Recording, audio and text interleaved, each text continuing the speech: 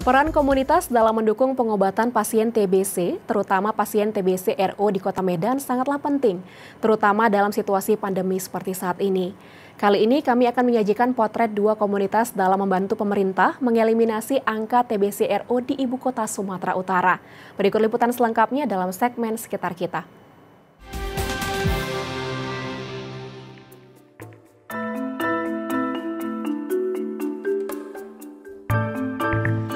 Pandemi COVID-19 menyita perhatian kita semua, baik dalam sektor pendidikan, kesehatan, hingga ekonomi.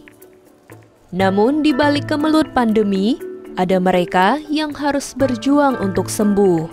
Mereka adalah penderita tuberkulosis MDR atau yang sering disebut TB resisten obat. TB resisten obat atau TB-RO merupakan perkembangan dari TB biasa. Jenis TB ini kebal akan dua obat anti-tuberkulosis. Pengobatan TB jenis ini bahkan lebih lama dan memiliki efek samping yang lebih berat. Menurut Global Tuberculosis Report 2020 dari WHO, Indonesia menduduki peringkat kelima teratas dari 48 negara berdasarkan estimasi penderita TB-RO terbanyak. Lalu, bagaimana dengan Kota Medan? Menurut informasi, Medan ini merupakan kabupaten kota di Sumatera Utara dengan prevalensi TB-RO yang tinggi, ya, tentunya ini berkaitan dengan jumlah penduduknya Medan yang juga lebih besar. Dan juga Medan adalah kota transit, kan, artinya banyak Medan itu menjadi destinasi dari penduduk, sehingga kota Medan menjadi menjadi bagian dari kerentanan untuk terjadinya penularan TB yang berdampak pada TB-RO. Data dari Dinas Kesehatan Provinsi Sumatera Utara pada tahun 2020 menunjukkan Kota Medan merupakan kota dengan kasus TB-RO terbanyak dari 33 kabupaten kota di Sumatera Utara, dengan jumlah 101 kasus. Dari 101 kasus yang ditemukan, hanya separuh yang menjalani pengobatan. Hal ini tentu menjadi tantangan dan perlu adanya usaha untuk memastikan bahwa penderita TB dapat mengakses pengobatan dan menyelesaikan pengobatannya, terlebih di masa pandemi ini.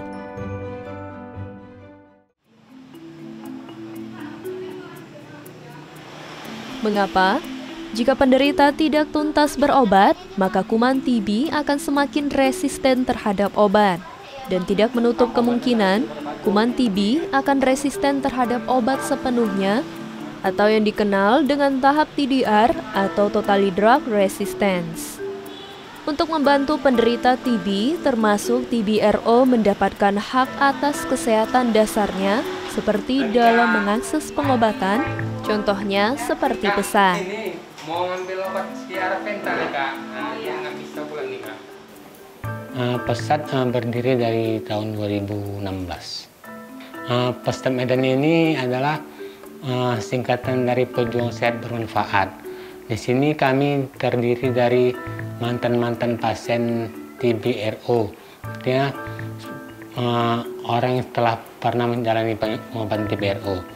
Dan di sini kami berkumpul untuk membantu sesama teman-teman yang menjalani pengobatan untuk memberikan edukasi dan motivasi kepada mereka agar mereka patuh dan tetap menjalani pengobatan TB ini. Kegiatan kami sukarela di sini, kami tidak ada anggaran.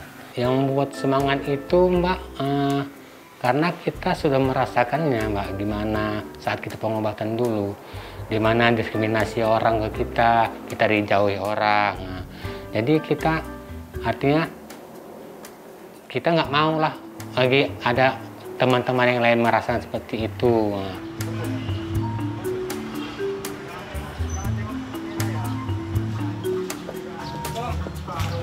Pak Arapenta ini dia banyak kendalanya, dari perekonomiannya, begitu, dari sesaknya pun ada asmanya, dia nggak bisa jalan sedikit pun udah sesak gitu. Ya gitu, keluarganya pun istilah macam dikecilkan gitu, dia merasa dipindahin gitu, ya kan. Gimana Bang keadaannya, Bang? Apa maksudnya sesak? Ya sesaknya serius. Tidak teratur minum obatnya, otomatis penyakitnya tidak sembuh dan bisa naik ke tahapan yang lebih tinggi lagi. Dari awal dia pengobatan pertama dari TB apa dia bisa naik ke lebih tinggi. Dan di sisi keluarga, di sisi lingkungannya mereka bisa menularkan. Jadi yang namanya TB ini unik dia, Mbak. Nah, artinya unik, si penderita misalnya dia kena penyakit TB apa, dia menularkan langsung TB itu. Nah, Pak, jadi inilah shelter kita. Di shelter ini Selain kelompok pendamping Pesat Medan, ada juga YMMA atau Yayasan Mentari Meraki Asa. Kelompok pendamping ini membuka shelter atau rumah singgah di dekat RSU Haji Medan.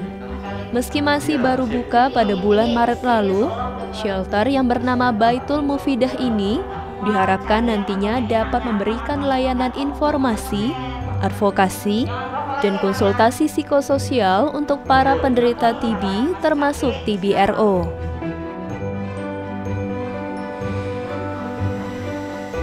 Irwanto adalah salah satu penderita TBRO dampingan YMMA. Pada bulan Maret lalu, kala pandemi COVID-19 mulai menyapa Indonesia, Irwanto sempat divonis TBRO. Agak menyisih, jauh. Ya ada, cuma nggak semua, ada satu-satu itu. Meskipun itu ya pasti ada yang kayak gitu. Karena dialami maka badan ini kan napas itu sesak, tenaga nggak ada, udah itu kaki ini lumpuh dia.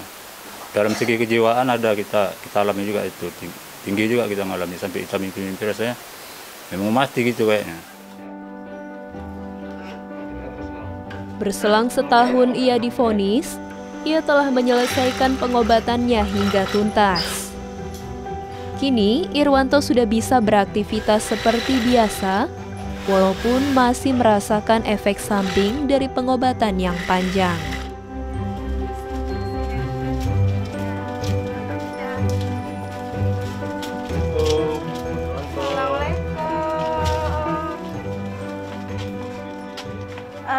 Artinya kita tetap pantau kondisi pasien yang sudah kita dampingi sampai sembuh, terutama Pak Irwanto tadi kondisinya berat badannya saja belum stabil ya Kak, walaupun sudah sembuh. Kemudian efek samping obatnya seperti pendengarannya yang kurang, kemudian kulitnya yang ruam itu belum pulih. Jadi kita terus memonitornya, mendampinginya sampai ya secara semangatnya bisa pulih kembali.